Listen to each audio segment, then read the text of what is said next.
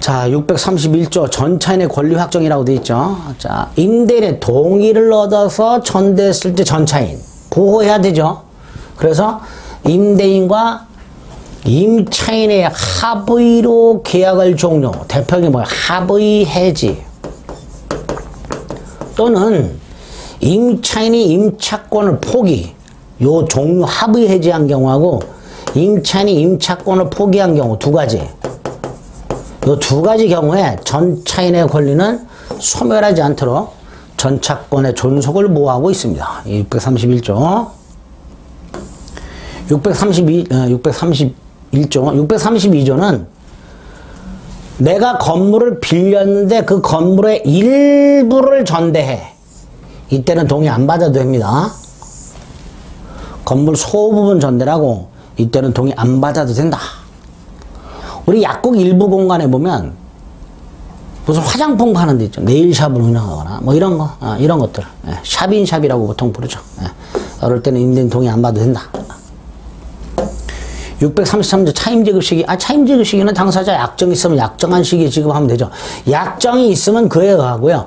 없을 때 633조가 적용이 되면서 후급을 원칙으로 하도록 하고 있습니다. 동산의 임대차나 건물을 빌리거나 건물의 대지를 빌리거나 그럴 때 매월 말 기타 토지 임대차라고 해서 무슨 식목, 체험, 목축을 목적으로 땅을 빌렸을 때 그때는 매년 말 지급하라. 그런데 과수원을 빌렸어요. 그럼 수확을 하겠죠. 수확 후 지치 없이 지급하라. 뭐가 없을 때? 언제 지급할까? 약정이 없을 때. 약정이 있으면 그 약정에 의하고 약정이 없을 때 633조가 적용된다는 거 이렇게 기억하시면 됩니다. 634조. 자, 이거 아까 임대인 수선행위, 수선의무와 연결되는 건데 목적물에 하자가 생겨서 수리를 요해. 또는 임대차 목적물에 자기 거라고 주장하는 사람이 나타났어.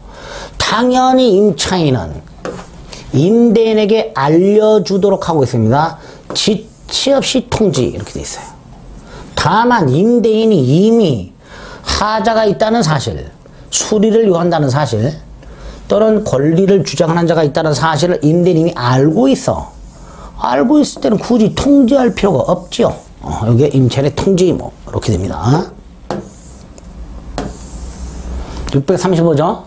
자, 임대차 기간을 정할 때 기간에 대한 별다른 제한이 없다고 그랬죠. 민법에는. 최장기간의 제한도 없고 최단 규정도 없고 그래서 당사자가 기간을 얼마든지 자유롭게 정할 수 있는데 다만 기간을 약정하지 않으면 어떻게 될까? 자, 기간을 약정하지 않았을 때를 대입해서 635조가 있습니다. 자, 뭐라고 돼 있냐? 임대차 기간을 정하지 않았어요. 그러면 당사자는 즉 임대인과 임차인은 아무 때나 계약 해지 통고할 수 있고 자, 통고를 받은 날부터 6달 또는 한 달 또는 5일이 지나야 해지가 됩니다. 여기서 5일은 동산 임대차 기간을 정하지 않은 경우고요. 자, 6월이나 1월은 토지, 건물, 부동산 임대차죠. 그런데 임대인 해지 통고한 경우와 임차인이 해지 통고한 경우를 나눠서 임대인이 해지 통고했으면 6달, 임차인이 해지 통고하면 한 달이 지난 다음에 해지가 되도록 하는 이런 규정을 두고 있습니다. 635조 꼭 기억하셔야 돼요.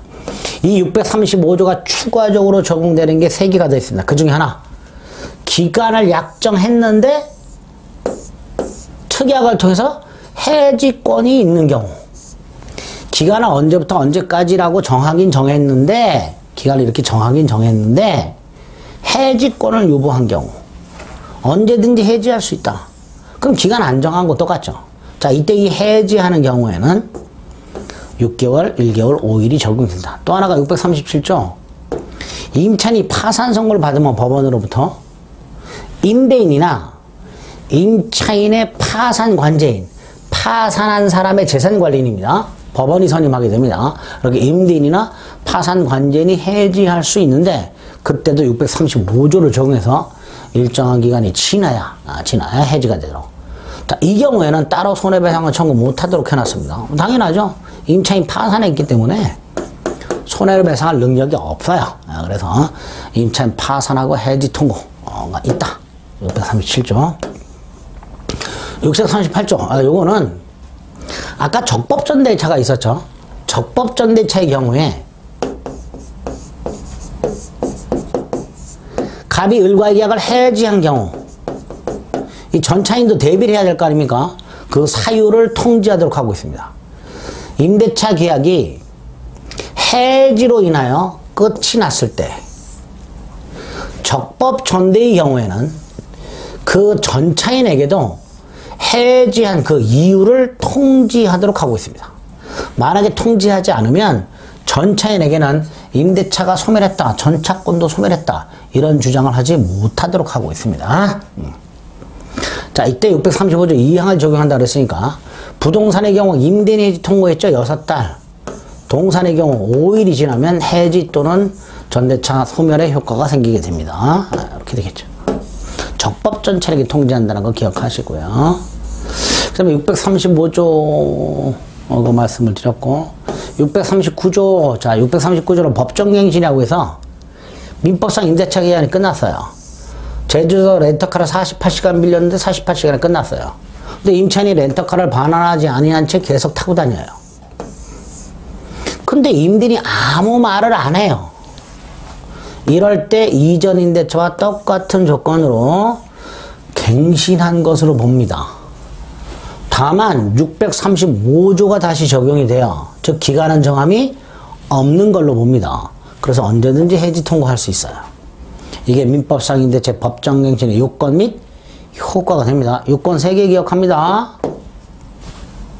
기간 만료, 사용수익을 계속, 아이고야. 기간 만료, 임차인이 사용수익을 계속, 임대인이 이의를 하지 않는 경우, 이게 법정갱신 요건입니다. 조건은 전임대차와 동일 조건입니다. 다만 기간은 정함이 없는 걸로 된다. 그리고 제3자 제공담보는 소멸. 물론 이 담보는 보증금을 제외한 겁니다. 임차인의 차임지급 따위를 담보하기 위해서 제3자가 물건 따위를 제공한 경우 이건 소멸하는데 제3자가 만약에 보증금을 준 게 있다. 이건 소멸하지 않습니다. 어쨌든 법정갱신 되면 제3자 제공담보는 소멸하도록 되어 있다는 거. 보증금을 제외한 제3자 제공담보는 소멸하도록 되어 있다는 거 기억하시면 되겠습니다. 640조 41조 간단합니다. 이익 이상 차임을 연체하게 되면 계약을 해지할 수 있습니다. 40조도 마찬가지고 41조도 마찬가지입니다. 토지 임대차든 40조는 건물 기타 공작물 임대차죠.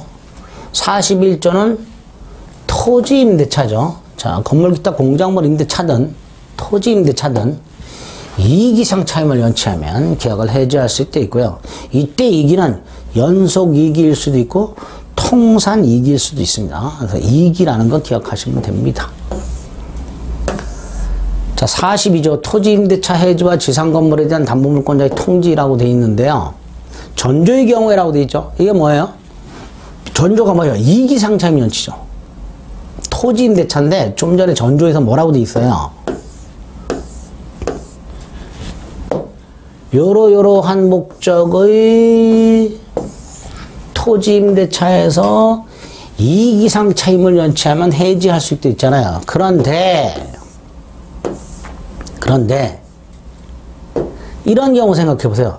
갑소유 땅을 을이 빌려갖고 건물을 갖고 있는데 이 건물에 저당권이 설정이 되어 있었어요. 건물에.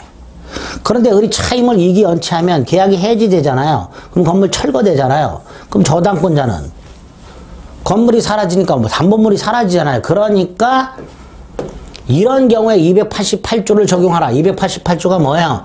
저당권자에게 통지하라 말이죠. 288조 뭘까요?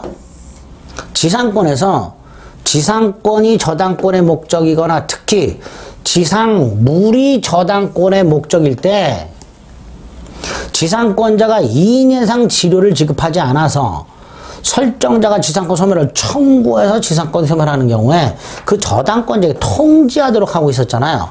똑같단 말이죠. 갑수 땅을 빌린 을이 건물을 담보로 돈을 빌리고 저당권을 설정한 상태에서 이익 이상 차임을 연체하면 계약을 해지할 거 아니냐. 그럼 건물이 철거될 거 아니냐. 그러니까 저당권자에게 미리 통지해서 다른 담보를 확보하라 라는 취지가 되겠죠. 그래서 288조를 준용하도록 하고 있다는 거. 자, 643조. 이것도 지상권에 있는 걸 갖다 오죠. 건물이나 공작물이나 식목, 나무 심는 거, 체험, 소금 채취, 소말, 양, 돼지를 기르는 걸 목적으로 하는 토지 임대차에서 기간이 끝나면 그 다음 지상물이 현존할 때 283조를 준용하라. 283조가 뭐예요? 갱신 청구권 및 지상물 매수 조건이죠. 그걸 적용하라 말이죠. 643조. 자, 토지 임대차에서 이렇게 갱신 청구 및 지상물 매수 조건이 있습니다. 임차인은 갱신을 청구할 수 있고 임대인이 갱신을 원하지 않으면 임차인은 건물을 사라, 지상물을 사라 이렇게 청구할 수 있습니다. 자, 갱신 청구는 거절할 수 있지만 지상물 매수 조건은 거절할 수 없다 그랬죠. 그래서 지상물 매수 조건은 형성권이라고 했습니다. 그래서 643조에서 283조를 준용하고 있다는 거예요. 지상권하고 임대차, 특히 토지 임대차는 비슷해요. 그러다 보니까 임대차에다가 지상권 규정을 이렇게 준용하도록 하는 이런 게 몇 개 있게 됩니다. 644조는 건물을 빌리거나 전차인이군요. 적법 전차인이죠. 자, 643조는 임차인이고요. 644조는 토지 적법 전차인입니다. 토지 적법 전차인.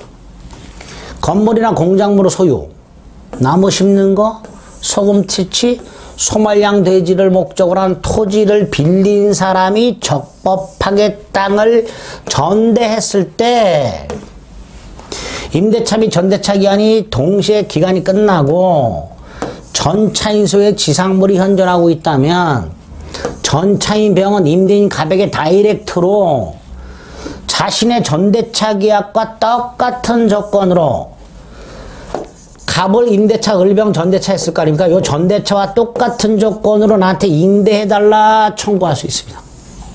거절하면 건물 사라 청구할 수 있습니다. 이렇게 토지 적법 전차인에게 임대 청구권 및 지상물 매수 조건이 있다라는 거 그렇게 기억하시면 됩니다. 그 다음에 645조는 지상권 목적 토지의 임차인이라고 되어 있죠. 지상권 목적 토지 임차인의 임대 청구권 및 전조의 규정은 지상권자가 그 토지를 임대한 경우에 준용한다. 갑소유 땅에 지상권을 갖고 있던 을이 땅을 임대했다. 마치 적법 전대차하고 비슷하게 병은 나중에 건물을 소유하고 있을 때 갑에게 요 임대차와 동일 조건으로 임대를 청구할 수 있고 거절당하면 지상물 매수를 청구할 수 있다. 이렇게 되겠죠. 지상권 목적 토지 임차인이라는 것은 지상권자가 땅을 빌려준 경우로 생각하시면 돼요. 이거 임대 전대하고 비슷하잖아요. 지상권 임대. 갑을 간의 지상권 계약, 을병 간의 임대차 계약은 갑을 간의 임대차, 을병 간의 전대차하고 비슷하니까 이때 지상권자로 땅을 빌린 자도 임대 청구할 수 있고 거절당하면 지상물 매수를 청구할 수 있고 이렇게 하는 거죠. 645조 내용이 됩니다. 뭐 큰 의미 없습니다. 자, 646조 아주 중요하죠. 갱신 청구권 및 지상물 매수 조건은 토지 임차인이 하는 거고요. 요거는 건물 임차인이나 공작물 임차인이 이렇게 되죠. 임대인 동의 얻어 부속시킨 물건 또는 임대인으로부터 산 부속물 요거를 나중에 임대차가 끝나면 사라 임대인한테 사라 청구할 수 있습니다. 이게 건물 기타 공작물 임차인의 부속물 매수 청구입니다. 정확하게 기억하세요. 건물 기타 공작물 임차인이 임대차 종료 시에 임대인에게 부속물 매수를 청구할 수 있는데 그때 부속물은 두 개. 임대인 동의 얻어 부속시킨 거, 임대인으로부터 매수한 거. 두 가지를 사라 청구할 수 있고 임대인은 사양은 됩니다. 여기에 건물 기타 공작물 임차인의 부속물 매수 청구권 이렇게 됩니다. 당연히 그 부속물은 그 목적물 사용의 편리함을 위해서 부착한 것이어야 되죠. 임차인 특수목적 물건이어서는 안 되죠. 그래서 번호키 같은 것들이 여기에 해당이 된다라고 생각하시면 돼요. 어쨌든 두 가지를 매수 청구할 수 있고, 적법 전차인도, 여기서 말하는 적법 전차인, 건물 기타 공작물의 임차인이 적법하게 전됐을 때 그 전차인도 부속물을 매수 청구할 수 있어. 세 가지. 임대인 동의 얻어 전차인이 부속.